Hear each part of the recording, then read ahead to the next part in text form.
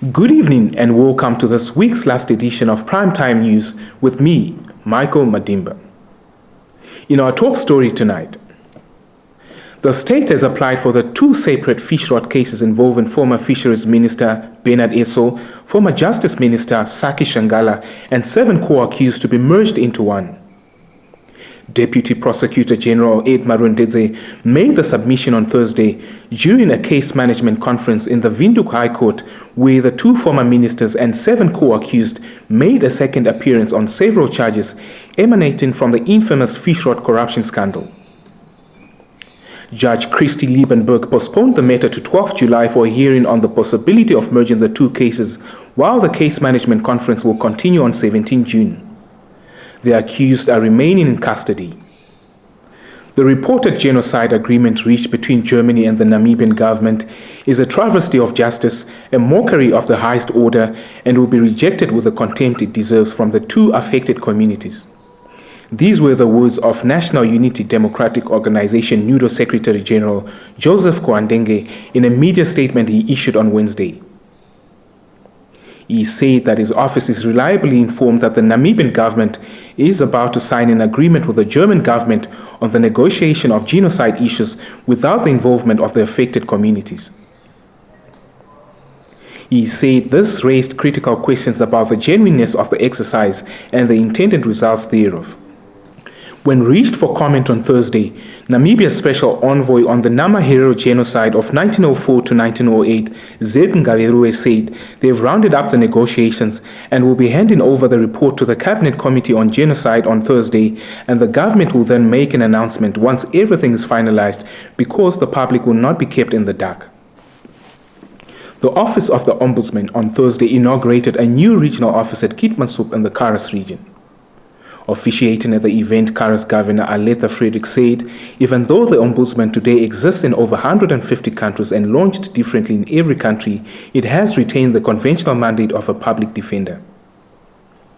She said the importance of an ombudsman institution in a democratic society is based on the fact that it is independent of the executive branch of power and therefore acts as one of the checks and balances in a democratic system.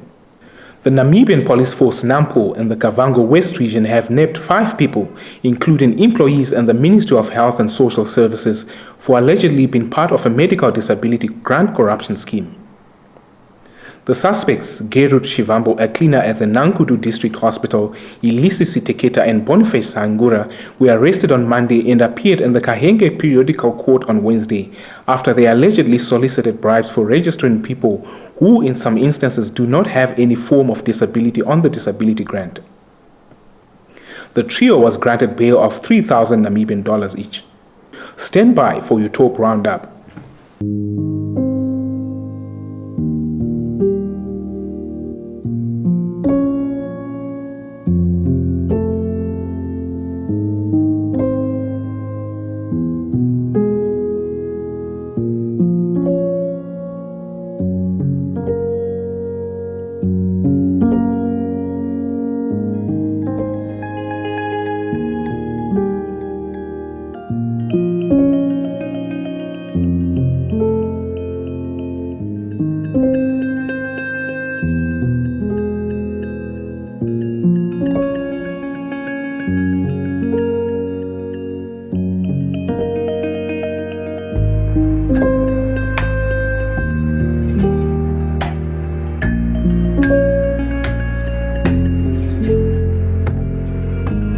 Leading our business and economics news.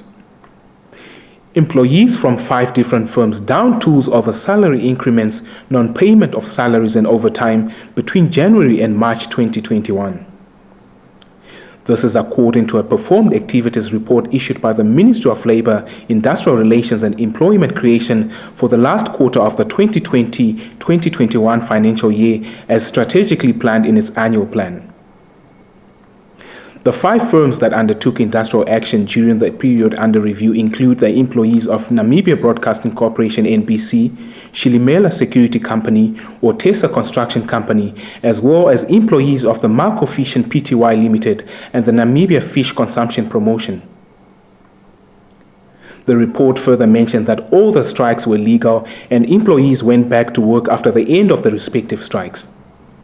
The Ministry of Labour, Industrial Relations and Employment Creation recorded 11,210 retrenchments between April 2020 to March 2021, its quarterly report has indicated.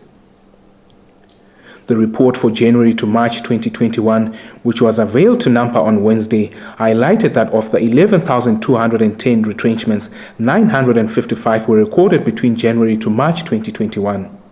It said the number of retrenchments has been on an increase since COVID-19, and it is for this reason, among others, that the ministry, together with the Namibia Statistics Agency, planned to embark on a survey to determine the impact of COVID-19 on the labor force. It's time for the Business and Economics Roundup.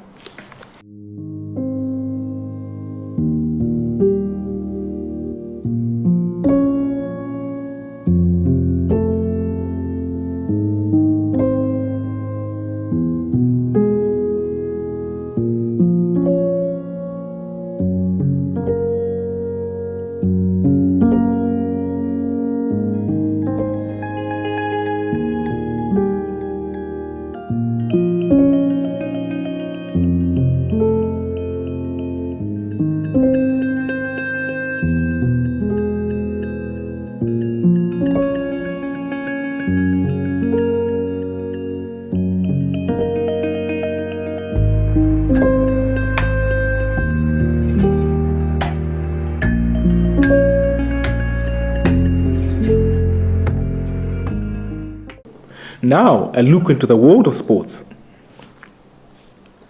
The Court for Arbitration for Sports on Thursday postponed its judgment to 30 June 2021 and the case involving the suspended Namibia Premier League NPL and the Namibia Football Association NFA. The lawyer assigned by the court to deal with the case, Delphine Deschenaux-Rocha, in a statement issued on Thursday said, the judgment, which was set to be released on Thursday, has been postponed to 30 June 2021.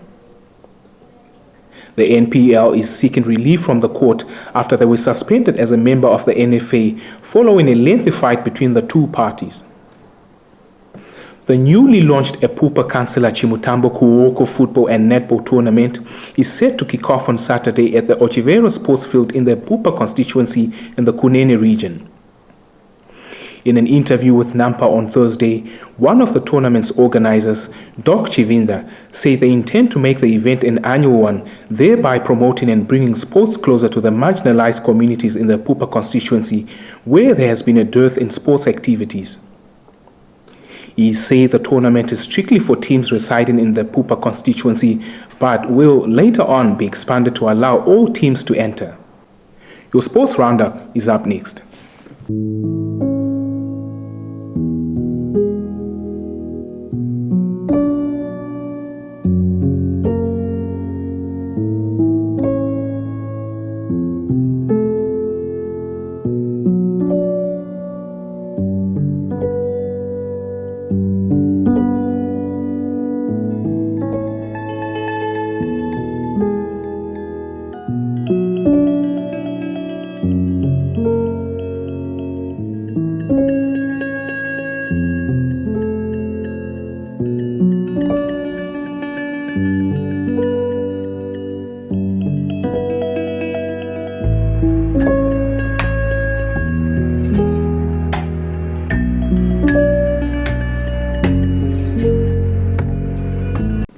We've come to the end of tonight's news bulletin. We thank you for tuning in.